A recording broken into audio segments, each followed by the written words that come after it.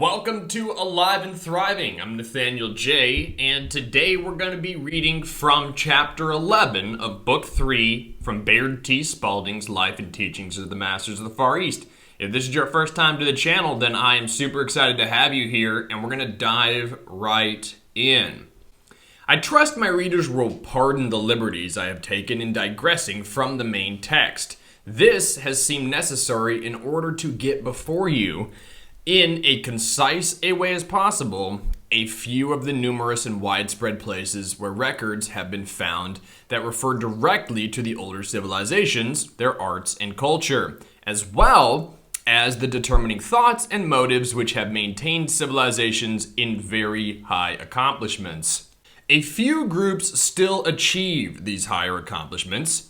These groups do, in a measure, through the presentation of these achievements, become a guiding beacon for the human race as it again marches on to another high point in civilization's progress. It is still to be determined whether the mistakes of a few, accepted by the majority, can again overwhelm and carry the great bulk into oblivion for a great cycle of time. It is our vision that the present holds all future. Nothing save the accomplishments of the present give form to the future. Thus, humanity has but one road. If the present be made perfect, the future must be perfect. It is not the present perfection delayed to some future perfection. It is the conscious present perfection that brings forth the consciousness of the perfect future. So that's pretty powerful. Yesterday I was talking about how I was focusing on the political climate in the world, in the United States, and how that had definitely brought me some depression. And we read here that humanity has but one road. If the present be made perfect, the future must be perfect. It is not the present perfection delayed to some future perfection. It is the conscious present perfection that brings forth the consciousness of the perfect future. So, if we're able to get our stuff together for a day, and that day be perfect, then we are able to bring forth a perfect future. If just a majority of us collectively get our stuff together, what I mean by that is we create and instead of destroy, and we love instead of hate, and we build instead of break, and we serve others instead of serving exclusively ourselves, or if we dedicate 51% of our thinking towards service to others versus service to self, then we can bring forth the consciousness of the perfect future. So that's hopeful. Wherever we go, we find a people that had, at one time, lived wholly in the present. The whole future was in complete accord with the attainments of the present, so the future could take no other direction, and thus the injunction, take no heed for the future. All their precepts were, live true in the present, and the future must be what the present has been. Their folklore, their songs, their prayers, even those written on wheels, portray this thought. The devil dance, in which the Tibetan participated so freely, was originated to frighten away the evil one who had destroyed their race concepts or consciousness. Through use, it has degenerated into a mere ceremony to frighten away evil spirits. The people have become so engrossed in spirits that they have forgotten the all-inclusive spiritual. This is not confined to just one race or one creed, but to all races and creeds. The first dance portrayed beauty and purity so thoroughly enthroned that not even a suggestion of evil could dethrone it. We also investigated the goblin tales from the Sea of Sand, as the Gobi is called in China.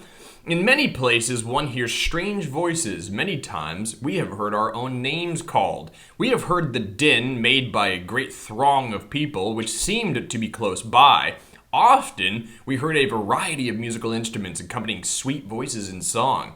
We have seen many mirages and heard the noises of shifting sands. We are certain that the air strata at some distance above the desert are so clarified that, at certain times, when all conditions are in harmonious accord, they act as sounding boards, which reflect the vibrations that have at one time gone out. In this way, we believe medieval happenings are reproduced through the vibrations that were sent out. Thus, the air strata become the sounding boards that pick up and reflect the vibrations just as they pick up and send out the vibrations of the mirage. So a couple of chapters back, we talked about the planets in orbit and their orbits being in ellipses around the sun. And that ellipses, if it were like a CERN tube, CERN, if it was like a CERN tube, like a perfect ellipses track that was hollow on the inside, and you were to stand at one point, and that would be where the planet was, and you were to look into the future, the direction the planet was going, that if your sight were like a laser beam that went around on the inside of that tube, that it would eventually come back to the back of your head or the back of the planet, and that would be where the past is located. And this seems to be talking is a lot like that when we're talking about the air strata being a sounding board for things once were. Imagine that. Imagine time not existing for a second, and imagine all things happening at once. And they're talking about, in their present, they are standing in the Gobi, somewhere in China, and they are hearing the voices and the songs and the reflections of a civilization that once was. That's obviously no longer there because they're standing on a sea of sand. But at one time was there and was producing all of the noise that a civilization would. So imagine standing where you live now, 5,000 years into the future, when a new civilization exists in a different location that was once inhospitable to the location and the civilization that you live in now, and where you're standing is where I used to live, but there's no longer any civilization there. But you still hear the reflections of all the cars and all the planes and all of the birds and all of the civilizational noises that occurred when I was alive that are not occurring 5,000 in the futures where you are currently living. That would be quite the phenomenon, no? And that would also be you looking into the future or being in the future and receiving reflections of the past at the same time. That's pretty darn cool, and it's a pretty cool thought experiment. We became so engrossed in our work that time seemed to have wings. Working under the direction of the old Lama, we made copies and measured drawings of many of the tablets as well as of other records. The morning of our departure dawned bright and clear. We had paid our respects to all in the palace of the Dalai Lama, yet the streets were jammed with people. So anxious were they to wish us Godspeed. Everywhere, hands were waving farewell or offering prayers for our safe conduct.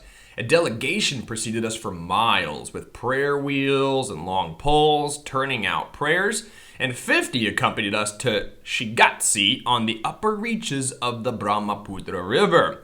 As we neared this, the second city in Tibet, the great Tashi Lhunpo Lamasery, located a few miles from the city, came into view.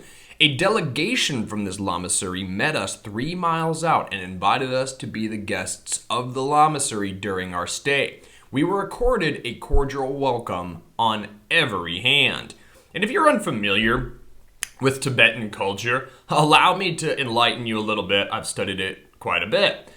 They were a very, very spiritual civilization at their height, and it's why this tale begins in Lhasa. Lhasa was their capital, and it is where their capital palace is. That's where the Dalai Lama used to live. Fast forward a little bit, Tibet fell during the 50s to the Red Communist Chinese Army under Mao. And there was a great crime against humanity persecuted against any Tibetans that were not able to flee to Nepal and other surrounding areas. So the way that the Tibetan culture worked when it was at its height was you had the spiritualists, the Buddhists, and you had the lay men and women. And they had distinct ways about the way civilization was structured. So they had a very, very, I wouldn't call it strict, but a very well-defined structure to their civilization. And it was understood, reincarnation was understood throughout the civilization for the most part.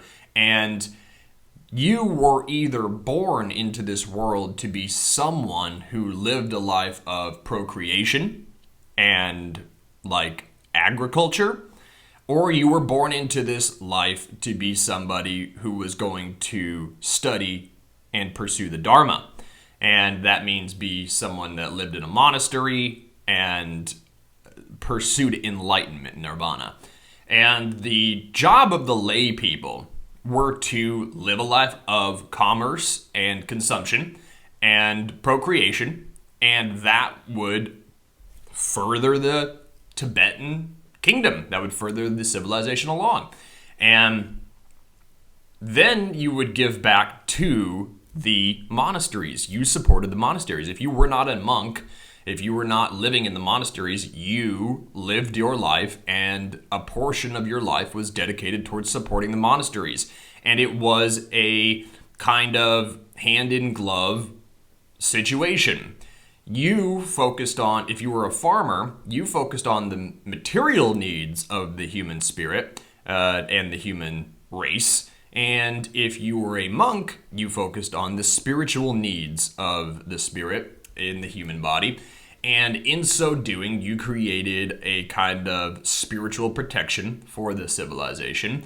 And if you were a farmer, you created a material protection, if you will, for the civilization. So they worked hand in hand, and there was an understanding that you were either one or the other. And oftentimes, they would pick these children who were going to pursue enlightenment at a very early age because they had a great deal of insight and perception on reincarnation and souls reincarnating. And a lot of these people were recognized very early on as either a Rinpoche or something of that nature. And Rinpoche means crown jewel, and it means somebody that is definitely here to pursue enlightenment and to get pretty darn close to it, if not get it.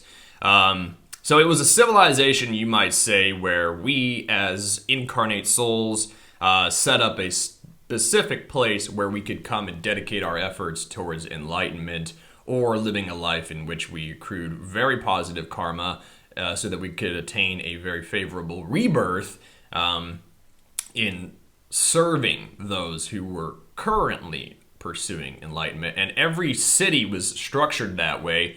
You'd have your rural section, you'd have the city where commerce took place, and then you'd have the monastery outside of that. And the monastery was kind of like Poseidon to Atlantis. It was that guiding spiritual, not necessarily monarchy, but kind of like monarchy. Those who kept their eyes on the bigger prize and guided the civilization favorably.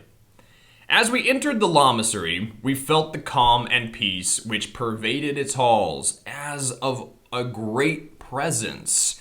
It was indeed an ideal place in which to rest before resuming our trek to Lake Dalma and Sansratuar. We were also anxious to inspect the records of this monastery. From there, we wished to go on as rapidly as possible, as arrangements had been made to meet the Master Bhagavaganzi in the temple Poratat Sangha. After the evening meals with the lamas, we talked of the many beautiful temples. The conversation then drifted to the difference in religious beliefs. One very old lama said, "The same beliefs are not shared by lamas and yogis. The yogi cannot believe that the teaching of any one man can be final. He sees that every human being has access to all knowledge right within himself, while lamas are adherents of Buddha alone. In all probability, each human being will unfold and realize his mightiness. A Christian will reach the Christ consciousness, a Buddhist will reach the Buddha attainment, and so on. All have their gods, lowercase g there, and on every hand one can hear that God, uppercase G, made man in his image. All nations and all peoples have their different lowercase g gods. Some have their lowercase g god of fire, others the god of harvest, and so on. Each has a better god, uppercase G, than his brother. How am I to understand that uppercase G God made man in his image, unless from the many lowercase g gods set up? I would say that each man has made uppercase G God in his man's own image? Question mark. We found 6 llamas at the head of a group that were known as the Wandering Llamas. We go hither and yon without purse or script. They never beg, ask alms, or accept food or money from anyone. They are always in touch with each other and with the 6 that are at the monastery. Of this order, there are 3 branches, with 1 at the head of each branch, making 9 that are in charge. The 3 heads of the branches may be located in 3 different countries.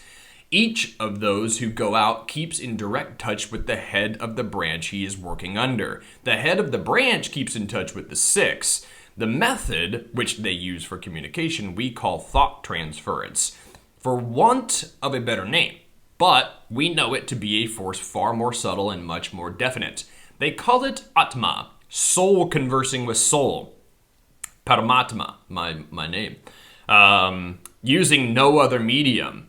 We met 6 of these llamas and had lunch with them the next day. The old llama informed us that he would accompany us to the Poratat Sangha temple when our work was finished. We accepted his offer, and he was a friend of the Muni, who was acting as our guide and interpreter. They both assisted us in every way with the records.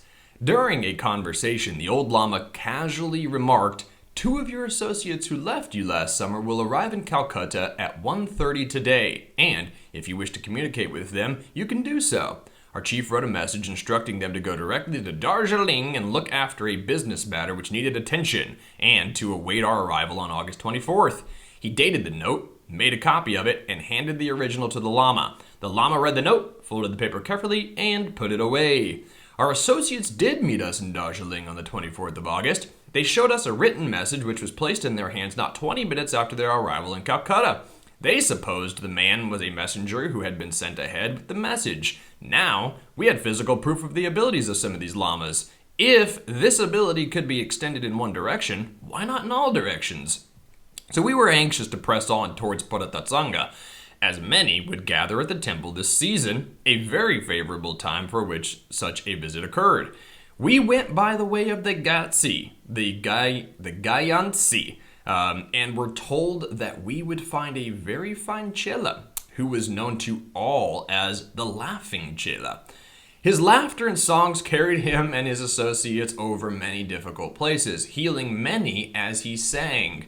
As we entered the courtyard of the lamasery, a very fine upstanding fellow approached us with a hearty welcome, stating that they expected us to make the lamasery our home during our stay in the village. We told him that we were anxious to push on to the Faripas in the morning. Yes, he replied, we understand that you are on your way to Poratatsanga. I return there in the morning and shall be pleased to go with you if it is your wish. We accepted, and with a hearty laugh, he conducted us to our quarters in the great hall of the lamasery. I want to remark on that for a second because I was watching a video yesterday on a completely different related topic, and one of the best takeaways I think I've gotten in a while from this video was as he was doing what he was doing, he's just smiling, and he's just holding his thumbs up. So he's calling people, and he's just whenever they're talking, what is he doing? He's projecting positivity, right? He's keeping his spirits up.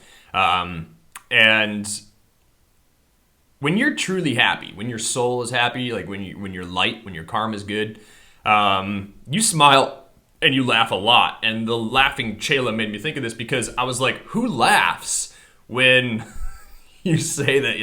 Yeah, we would like you to go with us. And you just, Like, who does that, right? So, somebody who's truly light and happy, who finds the joy in all things. Maybe this guy's omniscient and he sees that they're going to say yes, and he gets really tickled when what he sees transpiring in his mind's eye transpires in the physical. It's probably a very, very elating feeling when you are so in tune with spirit that, like, you just know what's going to come, and then when it does come, you're just like, yeah, you just freaking freak out like a little bit, but it's laughter, so it's all good. And I like the saying from my childhood that when you laugh, it's like a million little souls inside of you laughing. So it's like your whole inside body is really happy, and it's really good medicine. And when you yawn, it's like every little cell in your body's like, please give us more sleep. Or when you're depressed, let's not even go there. After making us comfortable, he bade us good night and took his departure, saying he would meet us in the early morning. As he walked away, he sang in a well-modulated voice, and this was the laughing Chela. We were awakened in the morning at our early hour by his singing announcement that our morning meal was ready. He bade the llamas goodbye, received their blessing, and found all in readiness for our departure on the journey to Fari Pass. This led us past the mountain peak of Fari and Keng La. In all, it was an arduous climb. But at the rough places, the Chela went ahead with laughter and with song. At the more difficult places, his voice would ring out, and it seemed as though it lifted us over them without any effort. And we arrived at the top of the pass at 3 o'clock in the afternoon. To our surprise, instead of rugged mountains, we found a beautiful valley stretching out before us. And this valley is called Chubi, although it is 16,000 feet above sea level. Either side of the valley is skirted by fine forests whose heavy leafy trees were very luxuriant. Ahead of us, we saw villages with beautiful temples, and we did not go through the valley, but took the shorter trail by way of Tachi Chaojong, then on the Poratatsanga, then on to Poratatsanga. Even this trail proved good, and we were preceded by a short distance when we entered a beautiful forest with small streams on every hand. Here we saw an abundance of songbirds and wildfowl. We had not encountered a predatory wild animal on the entire trip. This probably accounted for the abundance of wildlife. Our next stopping place was at Mahamuni. Its forest-like temple intrigued us, and here, as always, we received a hearty welcome. Those in charge told us that it would be useless to ask us to remain longer, as the Master Puriji had preceded us to the temple Poratatsanga, where many yogis, sadhus, and gurus were gathering, and that we would have a goodly company on our last day's journey. Early the next morning, the pilgrims were assembled, anxious to be on their way to keep their tryst with the great Master Puriji, and all were eager to get the first glimpse of Poratatsanga, as they expressed it, a jewel set in a rock ledge, the most lofty of any temple in the world. Would we stay at Mahamuni when this great prize loomed just ahead of us? Sang the laughing Chela. Oh no, fare thee well, Mahamuni. We love you and shall return to your tender embrace. To journey to Poratatsanga is irresistible. So the cavalcade moved on. The great Everest was before us, standing out in the light of approaching dawn, stark and white in its robe of pure crystal. It seemed to beckon us to take just a few steps more, reach out our hands, and touch the hem of its garment. Yet, when we had taken the few steps, its mass still eluded us. Cholamahari, its near neighbor, 24,000 feet high, which we had passed, now seemed a pygmy compared to the monster just before us, and we thought the trail on its flanks stony and perilous, but now we labored over a trail much of the distance on hands and knees. Still, the song and laughter of the Chela bore us onward as though on wings. If you've ever climbed a mountain, if you're a hiker, You know exactly what they're talking about when they're talking about climbing on hands and knees in some of these mountain passes and some of these mountain trails. Like, it can get pretty arduous, it can get pretty steep, it can get pretty, arduous. In our enthusiasm, we forgot the dangers. It seemed that we accomplished these places instantly. The sun, while it dispelled the illusion of touching mighty Everest in another stride, revealed grandeurs of which descriptions and words would only become a travesty. There were towers and great temples of nature crowned with crystal on every hand. But Everest, great Everest, lay before us. We saw it in the moonlight, with the first light of budding dawn, as the first rays of sunrise kissed its fair brow. Then, with the full rays of the noonday sun, it streamed down upon it. And again, as the sun gradually faded and bade it good night, with the last rays bathing in its glory, the afterglow raised an answering glow toward heaven upon its great crest. Can you, dear reader, not see why the trail that days was not long and arduous? It all passed in an instant. The vibrations of strength, peace, power, and harmony that are always sent forth from the temples, but serve to urge travelers on to these peaks. And do you wonder that the Himalayas engendered no fear in man? Do you wonder that poets never tire of singing their grandeur? And finally, at nightfall, the trails were all conquered as we stood gasping on a flat, table-like rock of considerable extent. In the distance before us were many temples, but the jewel Paratatsanga stood out 2,000 feet above us, bathed in dazzling light. Today, the Paratatsanga monastery goes by a different name, the Tatsang Monastery, from MountainKingdoms.com. Perched dramatically on a cliff above the Paro Valley, Tatsang Monastery is undoubtedly Bhutan's premier attraction and has genuine wow factor. Legend has it that Guru Padma Sambhava flew from Tibet on the back of a tiger and landed where the temple now stands. But visitors can reach it by a more conventional means on a steep climb up from the valley floor. Another name for the Paratatsang Monastery is the Tiger Monastery. It seemed like a great arc lamp sitting in a crevice in the perpendicular rock wall, its light lighting up the rocks and temples all above us. Here in the amphitheater on the rock where we stood was a great concourse of men and women. To our surprise, we found that women were not barred from this pilgrimage. All who would could come. Here, great rishis had lived. Along this trail, the Rishi Niri had passed.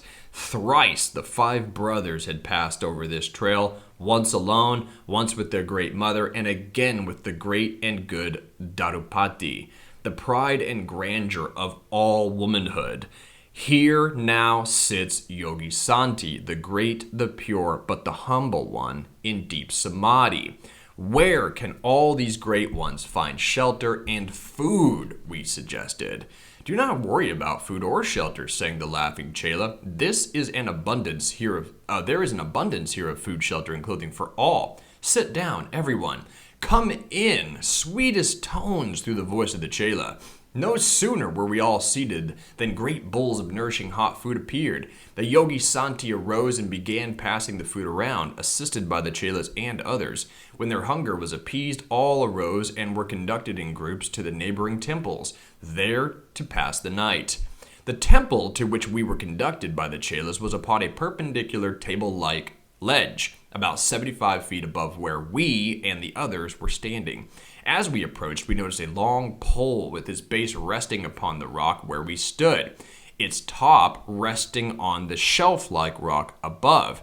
As it seemed to be the only means of communication, we gathered at its base and looked up. As we stood thus, other groups joined us. There were a number of other temples built in the niches formed by other ledges just above the first shelf. For a moment, our only hope of shelter for the night seemed to depend upon our ability to negotiate this pole. Then the Chela said, "Don't hurry." Through his voice came a great burst of song. "Oh, loved one, through you we look for shelter this blessed night." Instantly, Everyone around us stood silent for a moment, as with one voice, they spoke forth these words with dynamic power. Such is the God power. Instantly, all were standing on the rock ledge, and we, with the rest, proceeded to our respective temples. When we arrived at the temples assigned to us, every trace of fatigue had left. We slept like babes that night. The emanations of power sent out by that group would have leveled mountains had it been so directed. All right, so I found this really cool website, Jim Block Photography, jimblockphoto.com, and he went to the Tatsang Monastery, and he says, Tatsang, informally known as Tiger's Nest, sits on an edge of a cliff at 10,236 feet, around 3,000 feet above the Paro Valley. And here you can see that winding path that Baird talked about in the books. I'm going to zoom in a little bit, get a little better view of it there.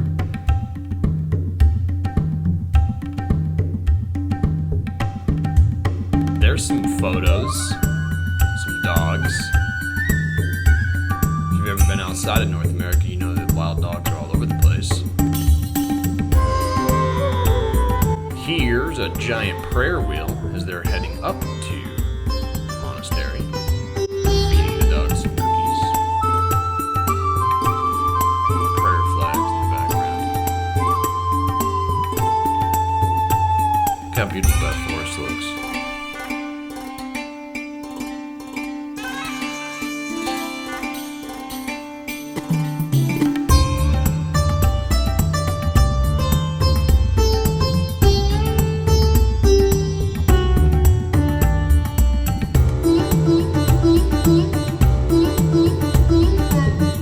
There's the monastery.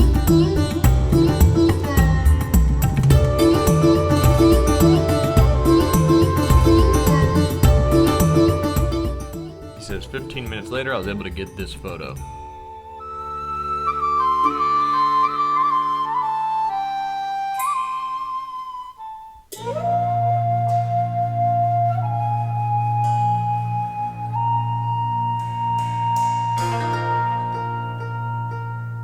You can see there the prayer flags stretched across huge distances.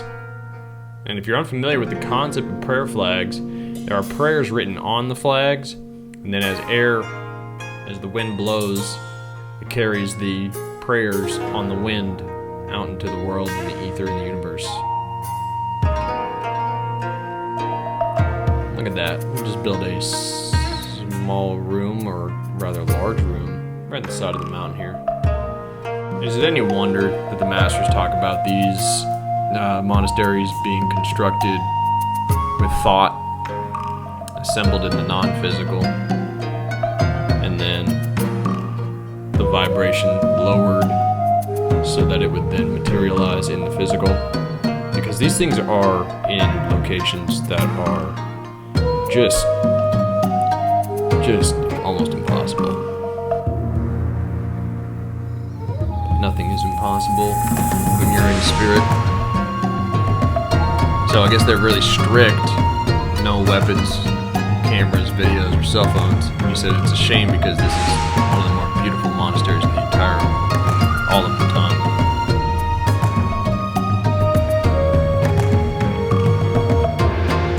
Really good image of it there. Makes you wonder how they got those prayer flags from point A to point B. Hang glider.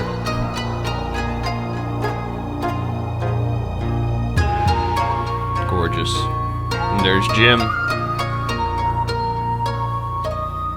This is the point when they're up above the monastery before they hike back down and then up to it.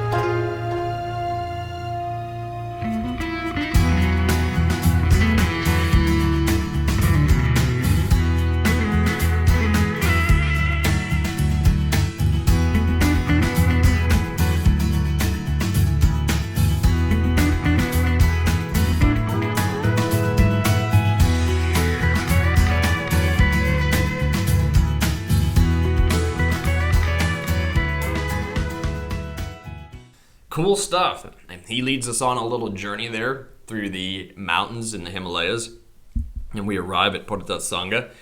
I thank you for being here today. It's a further reinforcement that every single one of us has the spirit within us, and every single one of us is capable of manifesting that spirit at will and receiving great abundance from that. And that really is our work going forward, is to create, to bring forth that great goodness that exists within all of us, and then just revel and bask in that. Namaste.